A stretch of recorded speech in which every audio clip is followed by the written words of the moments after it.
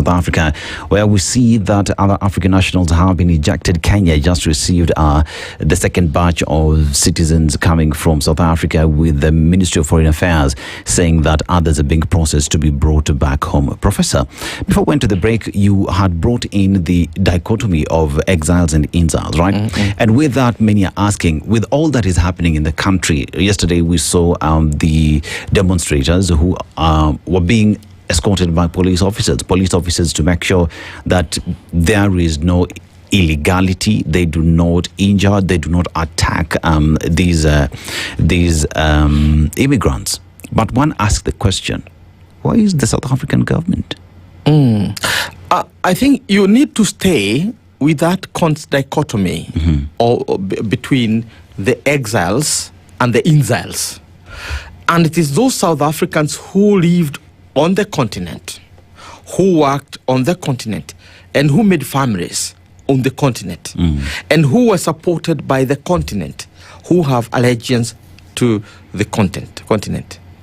And my argument, in the past and today, was that this group has been increasingly edged out, and they are now kind of confined to certain think tanks in South Africa, and where their influence is not felt.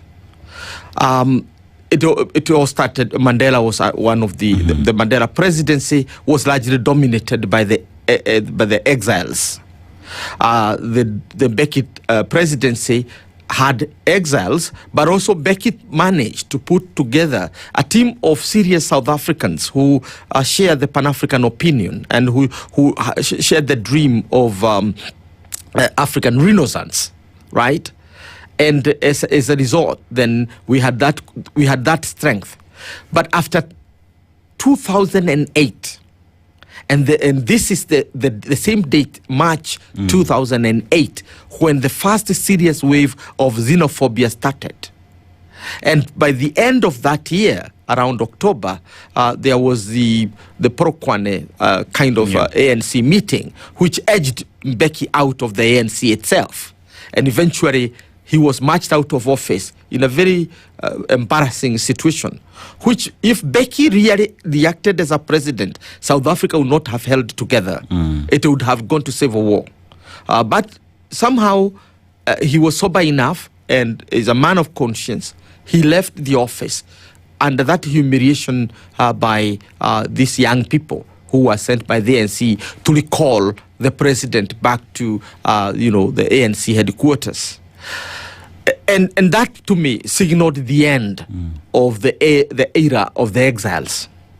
And now we begin to see Jacob Zuma, who was the in-between, because he's the person as the chief of intelligence under apartheid, with the ANC under apartheid. He was the one who was moving from inside to outside, and he was the link.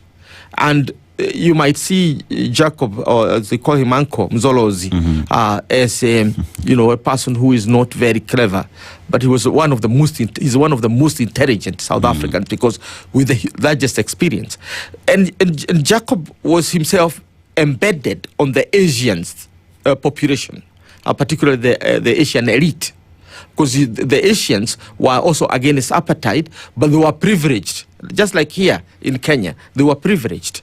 So they have their own dynamics of politics. So they are exiles. They are not exiles, but would not mind taking advantage of the exile. Yeah. So when Jacob Zuma came in, then he ushered in the era of exiles. And the rest of the story is very clear. It is the decline of the Pan-Africanism in South Africa. And very, very quickly, they moved to what they call the economic diplomacy.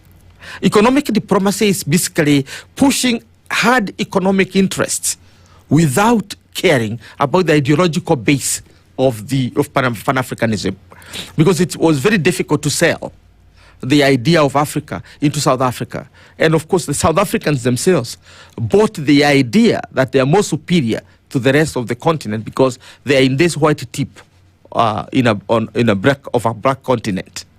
And that self-consciousness that we're more superior, or that our country is better, the others are what Trump would call as countries.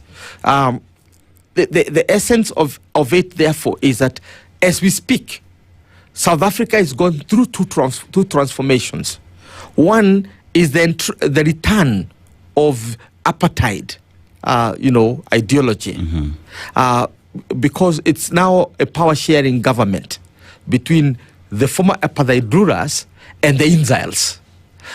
Cyril Ramaphosa essentially was opened to the international community. I worked for Ramaphosa as the executive director of International Crisis Group there, and he was in the executive board. So is this a person I met, and he's thoroughly a Pan-African. Although he read the trade union, COSATU, but trade unionism, as you know, would expose people. So Cyril Ramaphosa represented a very special and unique category of South African population that were between the exiles and the exiles. Just because the labor movement, by its very nature, is exposed, and by the very idea of international solidarity of the working class. And he therefore had moved to Geneva, had moved to Africa, and moved to other parts as a Secretary General of COSATU and as a trade unionist. So, but he's one of the very few, and he also does not come from the main communities that produce the bulk of the xenophobes. These are the Zulus and the Xhosas, because these are the communities that really hold key to the politics of that country. And therefore, as we speak, what we are facing is, a black government where the former apartheid sympathizers and the exiles are now coming together, and both fear the power of a black population that may not support them, because we are not talking about us as Africans. We are talking about us versus them. We as South Africans and them as Makwere. That's what they call us. Okay. Those who are in South Africa and are not South Africans are called, whether you have papers or you are a citizen or you are naturalized, it doesn't matter to them. You are a Makwere. In other words, you are speaking in languages that we cannot understand. So the Makwere concept essentially is not a legal concept, it's a sociological concept that ensures that you don't belong to South Africa. And when we talk about us versus them in the South African situation, it doesn't matter whether you are there or not. Look at this example of this South African girl, born in South Africa by a South African parent and a Nigerian father. A very beautiful girl, a mixture of two sides of the continent, west and south. And emerges as the top of the picture in the beauty context. And she's basically kicked out of that beauty context. She cannot represent South Africa because she's not South African. So you're not talking about jobs. You're not talking about our jobs. You're not talking about, even when you yourself is a contribution to the diplomacy of South Africa through your beauty, they don't want it. That's how serious this exile business is, and the rebirth of apartheid in South Africa is. And we are not about to see this changing, because the former apartheid rulers or the generation is deepening in, whether at home or abroad. Look at the backlash that President Cyril Ramaphosa is facing with the United States. Why? It is racist, white racist in the United States.